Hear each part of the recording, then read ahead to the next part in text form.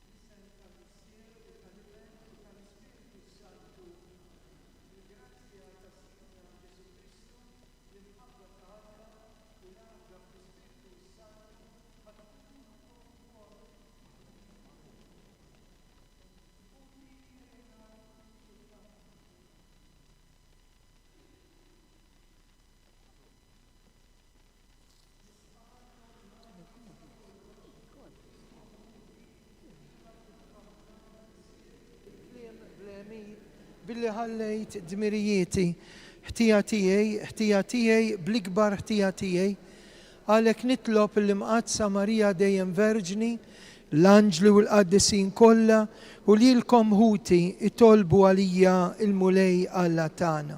Eħenna għalina Alla li jista' kollox jaħfrilna dnubietna jwassalna l-ħajja ta' dejjem flimkien. Glorja l-Alla. Floli ta' smewit, paċi fl-art il-nedlin tal-jida tajba. Infaħruk, inverkuk, nadorawk, natuk ġieħ. Irroddulek ħajr għal-glorja kbira tijak. Mulej Alla, Sultan tas-sema, Alla missier li tista' kollox. Mulej ben waħdini Ġesu Krist. Mulej Alla ħarruf tal-la bin il-missier. Int li tneħħi d-nubiet tad-dinja ħenna lina. Int li tneħħi d-nubiet tad-dinja il-qattal tagħna. Int li qiegħed fuq il-lemin tal-missier ħenna lina. Għaliex int waħdek qaddis, int waħdek mulej, int waħdek glorja Ġesu Krist. Mal-Ispiritu Santu, glorja nitolbu u Alla inti llum b'kewba mexxejt il-ġnus, għarrafthom li jibnek il-waħdini, fil-ħnina tiegħek għatina li aħna li diġà rafniek bis-saħħa tal-fidi, naslu biex nitaxqu bik wiċċ imwiċċ fis-sebħ tal-kobor tas-sema bibnek Ġesu Kristu Sidna li hu Alla u li miegħek jgħixu jisaltan flimkien mal-Ispiritu Santu għal dejjem ta' dejjem.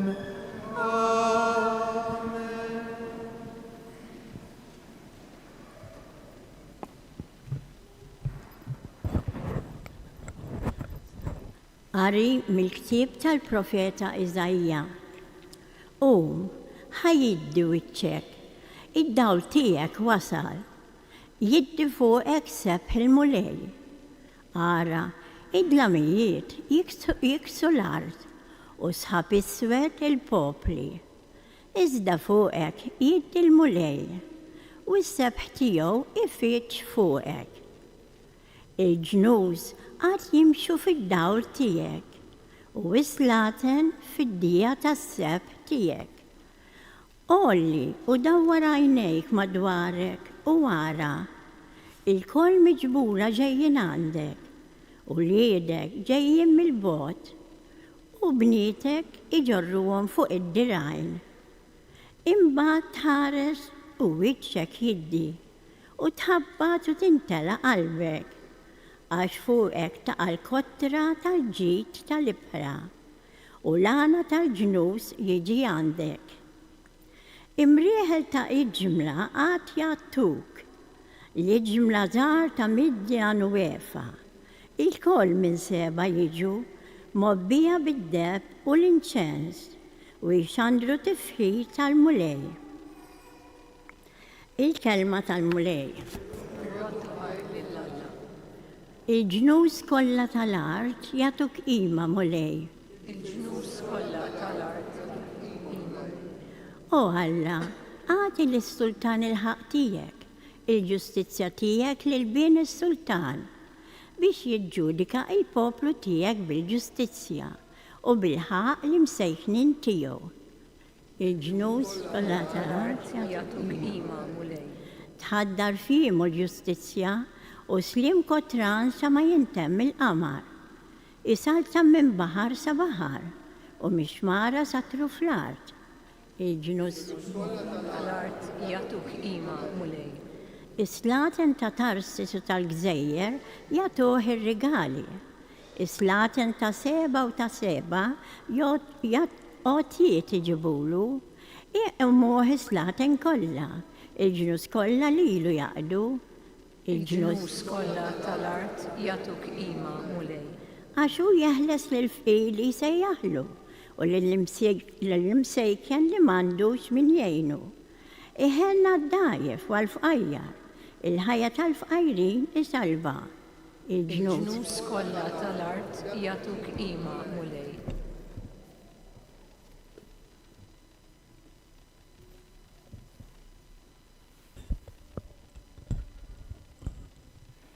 It-tieni qari meħud mill-littra ta' San Pawlu Apostlu lill-Efesin. Ħuti, intom smajtu bil-pjan tal-grazzja illi Alla tani għal-ġid tagħkom, jiġifieri li permezz ta' rivelazzjoni għarrafni il-misteru. Dan hu il-misteru li fil-ġenerazzjonijiet li moddija ma kienx marraf lill-bnedmin bħalma issa ġie irrevelat lill-apostli qaddisa tiegħu u lill-profeti fl-Ispirtu, jiġifieri li l-pagani huma msejħa biex ikollhom sehem mill-istess wirt, ikunu membri tal-istess ġisem, ikollhom sehem mill-istess wegħda fi Kristu Ġesu permezz tal-Evanġelju. Il-kelma tal-mulej. Jekk joġobkom inqumu bil-wieqfa l-Evanġelju.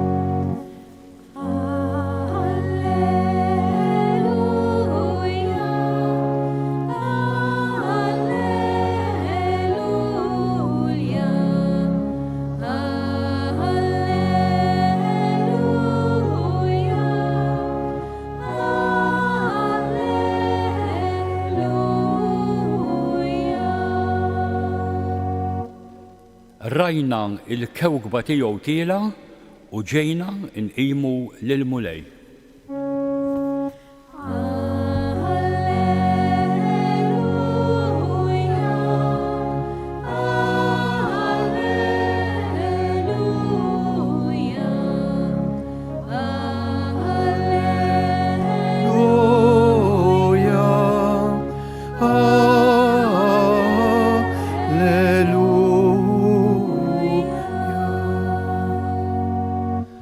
Il-mulej ma'kom.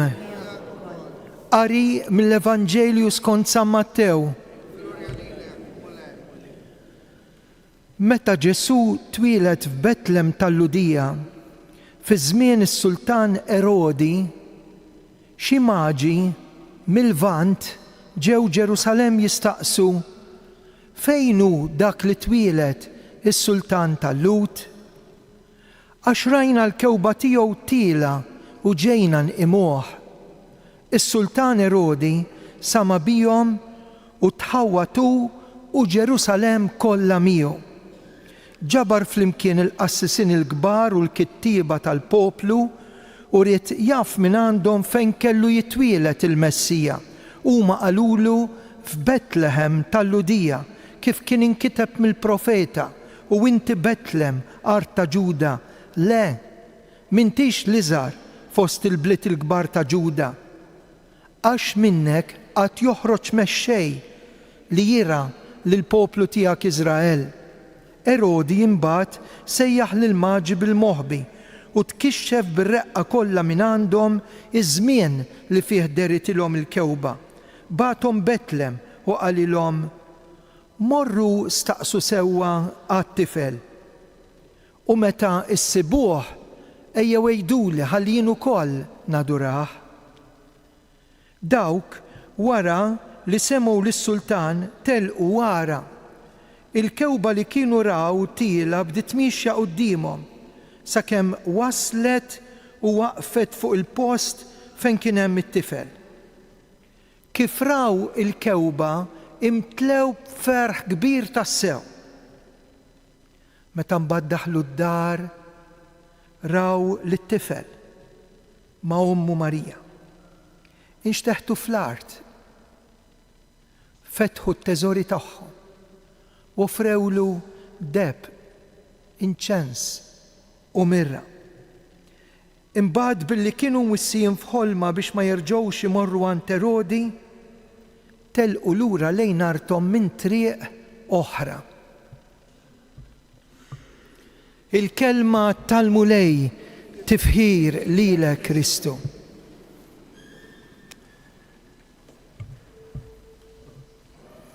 Il-bniedem imżejjem bir-raġuni, kapaċi jifhem. Mhux hekk biss, Alla żejnu brieda, where there is a will, there is a way, rieda. Imma l-iktar ħaġa sabiħa li għandu l-bniedem hija l-libertà.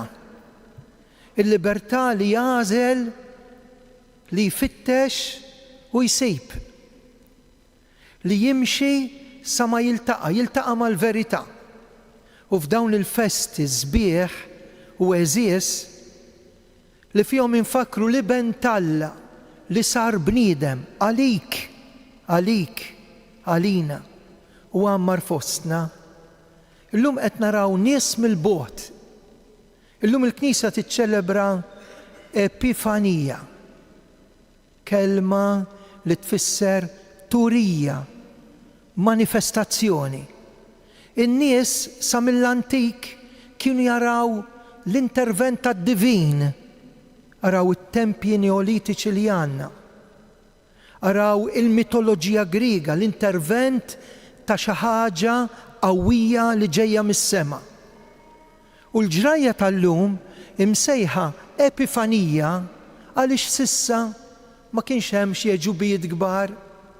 Eġubijiet kbar tarbija fuq tiben, tarbija ċkejkna tħoss il-bard, Om f'Qajra u Giuseppi, laqqas dar ma għandhom. Ma kienx hemm xi affarijiet kbar, imma llum x'qed jiġri. Illum xi ħadd miexi wara dawl il-kewba, attribwiti Melchiorre, Baldassar u Gaspare, tlieta għalkemm in-numru jibqa' inċert, jimxu jiltaqgħu mad-diffikultà, il-politiċi, il-qassisin, il-kittieba, Erodi jipprova jiżvijahom u fl-aħħar jidħlu jsibu u joffru d-deb, inċens u mirra. Propju n-numru 3 marbut għaliex kemm Iżajija u kemm wieħed mis-salmi jgħid għad jiġu minn seba u minn saba u joffrulu r-rigali u jiġu bl-ġmla tagħhom. Imma l-ikonografija turina illi f'Kora ġewwa Istanbul għandna l-eqdem mużajk jew immaġni li turi 3 slaten maġi qed jagħtu l-adorazzjoni tagħhom sintendi qegħdin fuq iż-żwiemel għax it-Turkija hekk setgħu jifhmu sejrin għand Erodi u qegħdin isaqsu waqt li fuq tidher il-kewba. Din fl-ikonografija l-eqdem immaġni. Interessanti wkoll, illi dawn it-tlieta li semmejtilkom bisimhom u fl-Ewropa partikolarment in-naħa ta' fuq, il-festa tal-Epifanija għadha festa mħarsa u kmandata anke f'wieħed mill-ġranet meta taħbat nhar ta' xogħol is-6 ta' Jannar. Dawn it-tlieta interessanti. Wieħed minnhom bid-daqna bajda. Allura juri l-anzjanità dal qed joffri d-deb. L-ieħor ta' kulur differenti, ġilda samranija. It-tieni wieħed qed joffri l-inċens. U żgħir b'ġilda roża qed joffri l-mirra. Għaliex dawn it-tlieta? Għax juri 3 etajiet, it-tfal, iż-żgħażagħ, l-anzjani, il-kbar, xi fisser? Int m'intix esklus. Anki jekk kien ta' reliġjon differenti, anki jekk kien ta' kulur differenti, anki jekk kien ta' kultura differenti. Ġesu li twilet ġie għalik, dawn ġew mill-Persja, mill-bogħod. Setgħu kienu karavana sħiħa, imma ngħidu 3 għax marbuta ma' dak li sibna fil-profezija ta' Iżajija jew fis-Salmi. Id-deb għax inti Alla, l-immaġni, is-simbolu. L-inċens għax int teħtieġ it-talb tagħna, it-tifħir tagħna, ir-ringrazzjament tagħna, mhux tini aqlali biss, imma infaħrek bdejt sen oħra ma nafx kif se tkun. Hija ta' hawnhekk il-Knisja għax jiena l-bniedem, jiena l-ħlejq imminti l-ħallieq, jiena l-bniedem imminti Alla tiegħi. U mingħajrek ma ngħaddix biex bir-rieda, bl-intelligenza, bil-qalb jien nimxa ħalli nfittxek. Insibu diffikultà ħansibu. Hawnhekk malli daħlu qalb fejn kien hemm il-palazz ta' Erodi, fejn kien hemm il-qassisin, fejn kien hemm il-kittieba, il-Vanġelu jgħid id-dawl sparixxa. Jiġifieri se jkun hemm min iħabtek, min itelfek, min ifixklek, min jiżvijak u għandna. Għax nafu kemm nies bdew ma komplewx, kemm hawn nies li intilfu qed iħadnu dik li mhix il-verità. U meta ma għandikx il-verità, inti tiġi bla skop fil-ħajja tiegħek. Għax li jien infittex il-verità u nsib il-verità, nerġa' nixel dik il-kewba bil-kelma t'Alla biex jien nagħmel esperjenza ta' x'ħin dawk it-tlieta daħlu. Issa qed jgħid fid-dar bil-Grik oikos, m'hemmx il-kelma qar jew grotta, issa fid-dar u jgħidu li sabu l-Marija u l-din it-tarbija. U kikolli niftaħ qalbi jien, issa li battalt il-kaxxi, issa li ħallejna l-flix kemm vojta, issa li ma nafx ma kun smajniex biex nistordu, issa li pruvajna nagħmlu kull ma nistgħu u wasalna bil-sinna barra bla nifs biex għaddejna dawn l-aħħar 15 u laħħaqna ma dak li kellna nlaħqu jew ma laħħaqniex. U issa x'sentih il-Ġesu? Propjament qed jgħidlek inx qed tfittex. Ġejna nfittxu s-sultan tal-Lut li twilet. Ara, ġejna nfittxu, inx qed tfittex. Ħanispiċċa. Il-liturġija hija l-mixja tal-Knisja. Disgrazzjatament ħafna nies meta jiġu biex ifittxu l-verità, ma l-ewwel mument diffiċli u niltaqgħu dejjem ma' Erodi. Erodi għadu ħaj. Erodi għadu ma mietx. Lest li joqtol lil Kristu bħalma qatel 12 il-membru tal-familja tiegħu, nies minn demmu qatilhom għax ħaseb li ħajeħdulu l-wirt jew jeħdulu s-saltna. Pressjonanti. Ekk jew ma norbtux qalbna ma dak li jgħaddi. U dik il-kelma li dawn in-nies ġejna insaqsu, ġejna infittxu, u aħna ġejna biex nfittxuh, imma mal nfittxuh ejjew nadurawh. Rajna r-raja jadurawh, rajna l-Ġuzeppi ta' Nazaret, rajna l-Marija tos f'qalba, rajna l-anġli faħruh glorja l-Alla. Illum nies intelligenti, kapaċi jaqraw is-sema biex jimxu jaslu u jinżlu jaduraw. Walek bħallum il-Knisja tagħmel il-manifestazzjoni, l-Epifanija, it-tħabbira ta' dak li se ngħixu fil-liturġija. Aħna nitilfu l-quddies, nitilfu tqarbin għax ma nifmux iċ-ċiklu sabiħ li bih mill-Avvent sa Pentekoste fil-jiem matul is-sena aħna ngħixu il-ġrajiet il-kbar li llum il-Knisja tħabbrilna. Isimgħu.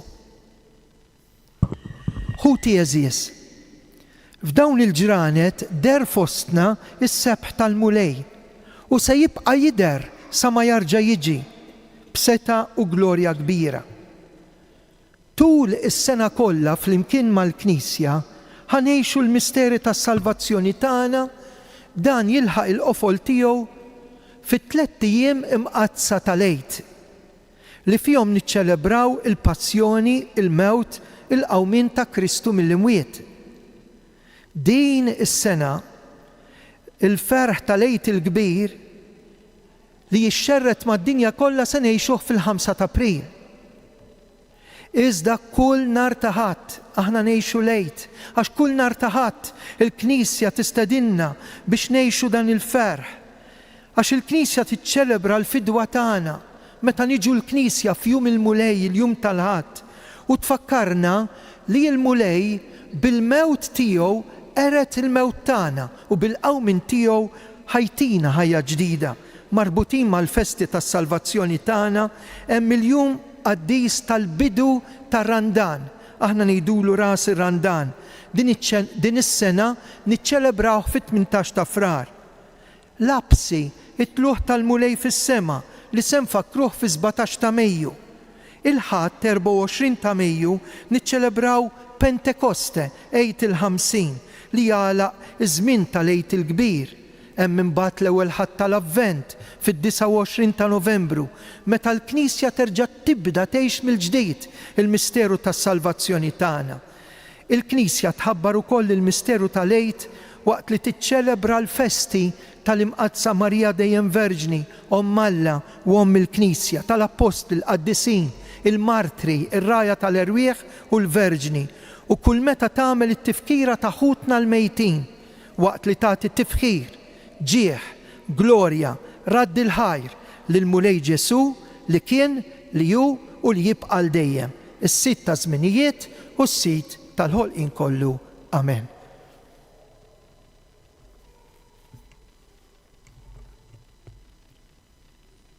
Nistqarru l-fidi tagħna, jiena nemmen falla wieħed, il-Missier li jista' kollox, ħalaq is-sema u l-art, dak kollu li jidher dak li ma jidirx. F'mulej wieħed Ġesu Kristu, ibn waħdini ta' Alla, imnissel mill-Missier qabel u f'kull żmien. Alla minn Alla, dawl minn dawl, Alla veru minn Alla veru, imnissel mhux magħmul, natura waħda mal-Missier u bih sar kollox. Niżel mis-smawijiet għalina l-bnedmin u għal-fidwa tagħna. Ħal ġisem bis-seta tal-Ispiritu Santu minn Marja Verġni u sar bniedem. Salbuh għalina bata taħt Ponzju Pilatu, mietu difnuh. Fit-tielet jum qam minn bejn l-imwiet skont il-kotba mqazza. Tela s-sema qiegħed fuq il-lemin tal-Missier u għandu jerġa' jiġi fil-glorja biex jagħmel ħaq mill-ħajjin u l-mejtin. Is-saltna tiegħu ma jkollix tmiem, l-Ispiritu Santu mulej li jagħti ħajja li ġej mill-Missier u mill-Liben li jum mweġġaħ flimkien mal-Missier u mal-Liben u tkellem f'hom il-profeti. Knisja waħda qaddisa kattolika apostolika, nistqar ma' mudija waħda l-maħfra ta' dnubiet, nistenna qawma mill-imwiet u l-ħajja ta' żmien li ġej. Amen. Kosux. Il-mulej ġej jiltaqa' magħna qabel ma aħna ltqajna miegħu. Għalhekk niżel mis-sema u ġie fostna. Għalhekk il-lejla kellimna u se jiġi fina fl-Ewkaristija. Nitolbu l-Ispiritu Santu jgħallimna nitolbu. biex nresqu t-talb tagħna. Nitolbu għal Papa Leon fl-aħħar ġranet tal-ġublew tat-tama. L-isqof tagħna Anton. Itolbu ħafna s-saċerdoti li jwasslu l-kelma talla, is-seminaristi, l-katekisti u daw kollha impenjati fl-għalqa tal-mulej. Nitolbu is-smana. Ejjew nitolbu għal paċi. Aħna xi kultant ingergru ngħidu kemm hawn ġlied, imma kemm għandna gwerer iktar taħt is-saqaf tad-dar. Kemm hawn nies m'għandhomx paċi f'qalbhom. Kuxjenza tniggizhom. Ekkew nitolbu biex insibu l-paċi. Il-paċi fid-dinja, il-paċi fil-familja, il-paċi f'art twelidna u f'qalbna. Nitolbu is-smana. Minn dan is-santwarju għażiż nixtieq nagħmel talba għalik. L-aktar int li qed issegwina, inti li qiegħda tismana, int li qed titlob magħna għax ma tistax tmur il-Knisja jew qiegħda fl-isptar, l-anzjani u l-morda. Nitolbu għall-attrabi tagħna kemm hu sabiħ tara familji jiġu biċkejknin. Meta nagħmdu t-tfal tagħna għandna neħduhom il-Knisja. Neħduhom il-Knisja f'post iktar qaddis. Mhux, ejjew nitolbu hekk biex dak li ħabbarna llum il-manifestazzjoni tal-mulej, l-Epifanija, ngħixuh meta niltaqgħu ma' Ġesu fis-sagramenti, bl-interċessjoni tal-Madonna ta' Pinu, niġbru t-talb tagħna u bil-qalb ngħidula Qaddisa Marija Omm Alla. Klopalina midimli.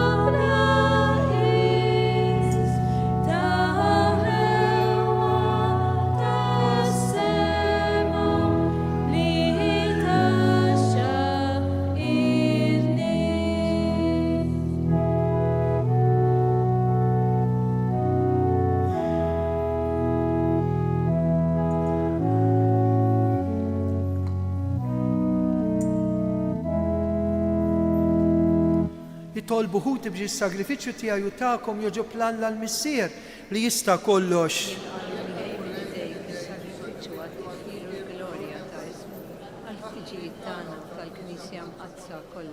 Fil-ħnina tiegħek mulej, ħares lejn dawn l-offerti li ġibnielek. Maħniex se nofrulek iżjed deb, inċens u mirra. Iżda se nofrulek lill-Ibnek Ġesu Kristu li taħdaw nixbijat is-sagrifikatu moti li lna bħala ikel u li jgħix u li jisaltan għal dejjem ta' dejjem. Amen. Il-mulej ma'kom. Nerfgħu qlubna l-fuq. Żuħajr lill-mulej Alla tagħna. Sewwa u xieraq tas-sew mulej missier qaddis. Tajjeb u taġita s-salvazzjoni tagħna li dejjem u kull imkien inroddulek ħajr. Għax inti illum dawwalt il-ġnus meta wrejthom lil Kristu s-salvazzjoni u bid-dera ta' ibnek fostna bħala bniedem li jmut, int fejjaqtna bis-sebħ il-ġdid tal-ħajja tiegħu li qatt ma tintemm. Għalhekk mal-anġlu, mal-arkanġli, mat-troni u mad-dominazzjonijiet, mal-qtajja kollha tal-eżerċiti tas-sema, intennu l-innu tal-glorja tiegħek u bla eda intennulek. Qaddis, qaddis, qaddis, mulej Alla tal-eżerċiti. Ismewitu l-art mimlija bil-glorja tiegħek. Osanna fl-oli ta' smewien. Imbirek minn ġej fisem il-mulej. Osanna fl-oli tasma.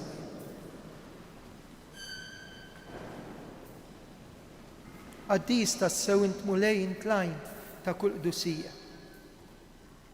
Għaddes għalhekk nitolbuk dawn l-offerti bil-barka tal-Ispirtu tiegħek isiru għalina l-ġisem u d-demm ta' Sidna Ġesu Kristu, illi meta kien ser jingħataw minn rajħibati ħal-ħobs radd il-ħajr qasa ta' lid-dixxipli tiegħu u qal: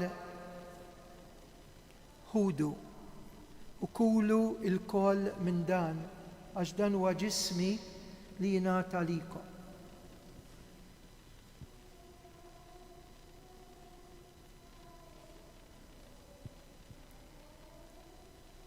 Hekk ukoll wara l-ikla ħal-kalċi reġa' radd il-ħajr tal-disċipli tiegħu u qal: ħudu ixorbu minnu l-koll għax dan huwa l-kalċi ta' demmi tal-patt il-ġdid li jibqa' għal dejjem, id-demm li jixxerret għalikom u għall-bnedmin kollha għal maħfra ta' dnubiet. Għamlu dan tifkira tiegħi.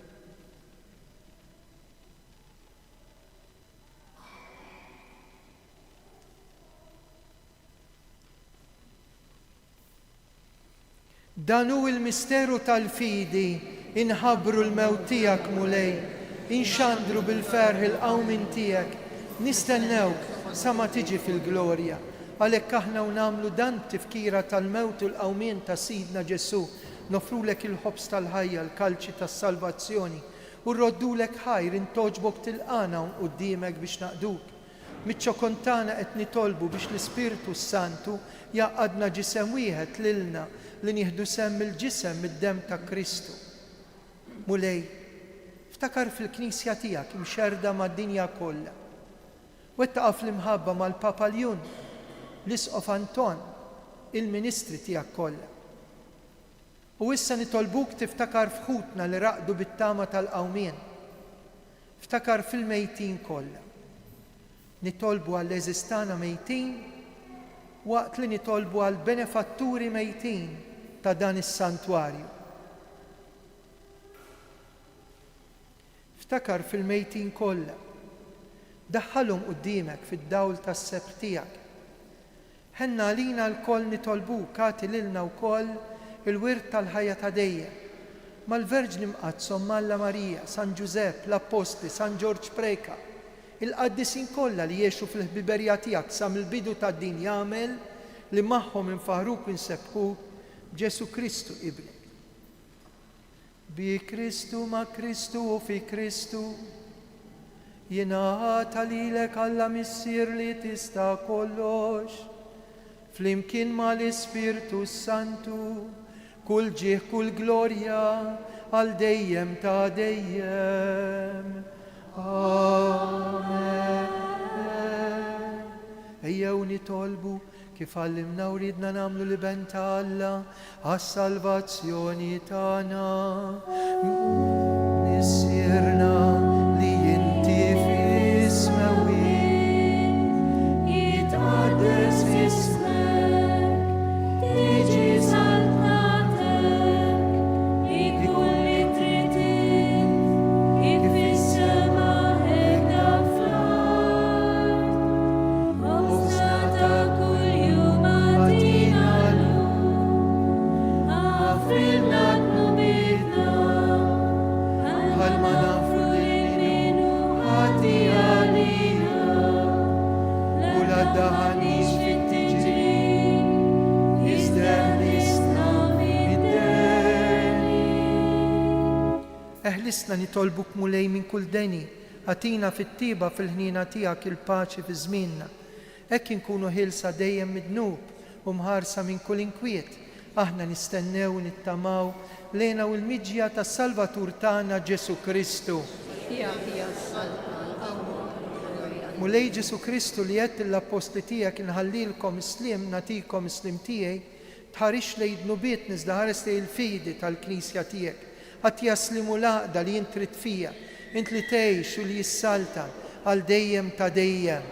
Paċi tal-mulej tkun dejjem magħkom. Għatu l-paċi lil xulxin.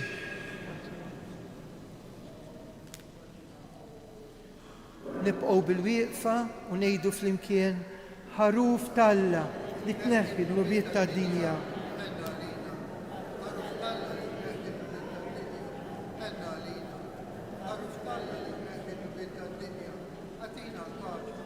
Dan hu Ġesu, il-ħaruf talla li jneħħi d-nubiet tad-dinja. Ħenjin dawk li huma mistiedna għal din l-ikla tal-ħaruf mulej.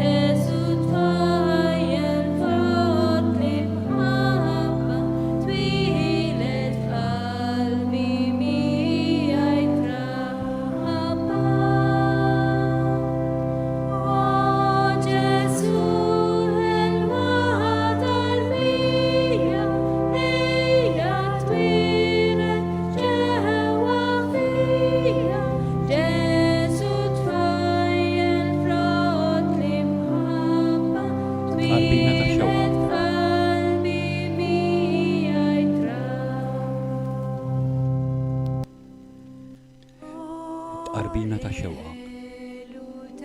O Ġesu, jiena nemmen li inti tinsab fis-sagrament tal-Ewkaristija. O Ġesu, jiena nħobbok u għax inħobbok nagħli għax offendejtek. Nixtieq nirċevik fis-sider tiegħi. Ma nistax nirċevik sagramentalment, nirċevik spiritwalment. O Ġesu, ejja għandi. Irrid inħobbok issa. Irrid inħobbok dejjem iżjed. La tħallini qatt nidbiet minnek. Grazzi, Sinjur Alla, u waħfir li Sinjur Alla. Glorja lill-Missier, lill-Liben u lill-Ispirtu Santu, kif kien mill-bidu issa u dejjem u jibqa' għal dejjem ta' dejjem. Amen.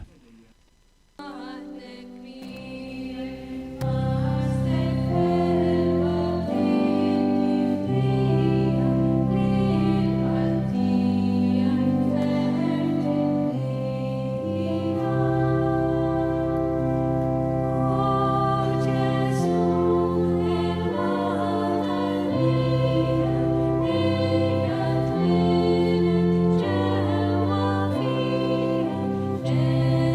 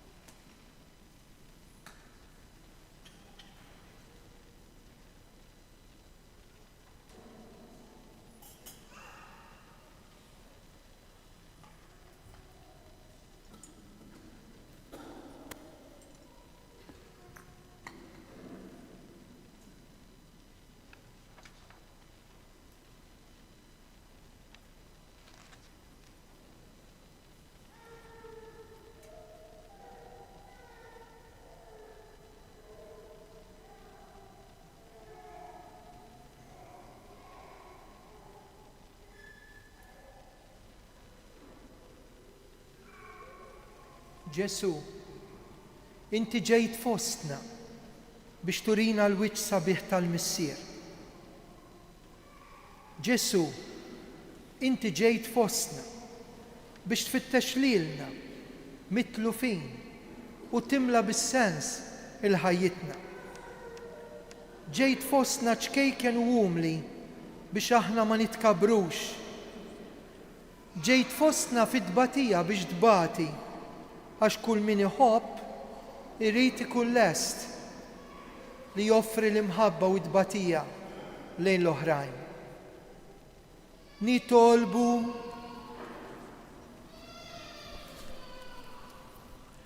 mulej mexxina dejjem u kull imkien bid-dawl tiegħek tas-sema biex b'fema safja narfu l-mistera qaddisa u nirċevuhom kif jixraq bl-imħabba kollha bi Kristu Sidna. Amen. F'din is-solennità tal-Epifanija għandna barka speċjali u għalhekk fl-aħħar se nitlob għalik li qed issegwina mill-qrib jew mill-bogħod naf li huma ħafna dawk in-nies dik il-komunità virtwali li bħalissa tkun titlob magħna. Ejjew nitolbu għal xulxin u għalhekk se ngħidu 3 Ave Marijiet kif talbet il-Madonna l-Karmni Grima. Intom ħerġin mill-Knisja tistgħu takkwistaw littra li noħorġu mis-santwarju. F'dawn l-4 ġimgħat se nkunu nkellmukom dwar wieħed żagħżugħ mill-Arb illi bħal Karmni Grima li rċeviet il-messaġġ biex ixxerret id-devozzjoni ta' 3 Ave Marijiet da żagħżugħ Franġisk Portelli, il-Madonna qaltlu kun in devot tal-pjaga l-moħbija. U għejt l-nies ikunu devoti billi da se jgħalaq 100 sena minn mewtu, allura se nitkellmu iktar dwar dan għax tapinu jiġu ħafna nies bi pjagi moħbija. Anke jien. Imma l-Madonna ma tibatnix il-barra bidejna vojta. U għalhekk dawk minnkom li wara jkunu jixtiequ jidħlu fil-kappella għal talba partikolari nagħmlu ftit mumenti ta' skiet u talb biex nagħlqu propju din iċ-ċelebrazzjoni tal-lejl. Il-mulej magħkom. Iberikkom Alla li jista' kollox, il-Missier li Ben u l-Ispiritu Santu. Slima lik Marija bil-grazzja mimlija, il-mulej miegħek, ibbirka inti fost in-nisa u mbierek il-frott tal-ġuftija Ġesu. Issa Marija Malta Tlobalina Timmi, issa u fis-sija tal-Montana. Slima lik Marija bil-grazzja mimlija, il-mulej miegħek, ibbirka inti fost in-nisa u mbierek il-frott tal-ġuftija Ġesu. Issa Marija Malta Tlobalina Timmi, issa u fis-sija tal-Montana. Slima lik Marija bil-grazzja mimlija, il-mulej miegħek, ibbirka inti fost in-nisa u mbierek il-frott tal-ġuftija Ġesu. Addisa Marija Malta Tlobalina Timmi, issa fis-sija. Salmula Madonna Tapinu, Sultana tal-Familja, ħarsek fuqna dejjem żomm. Morru fil-paċi ta' Kristu.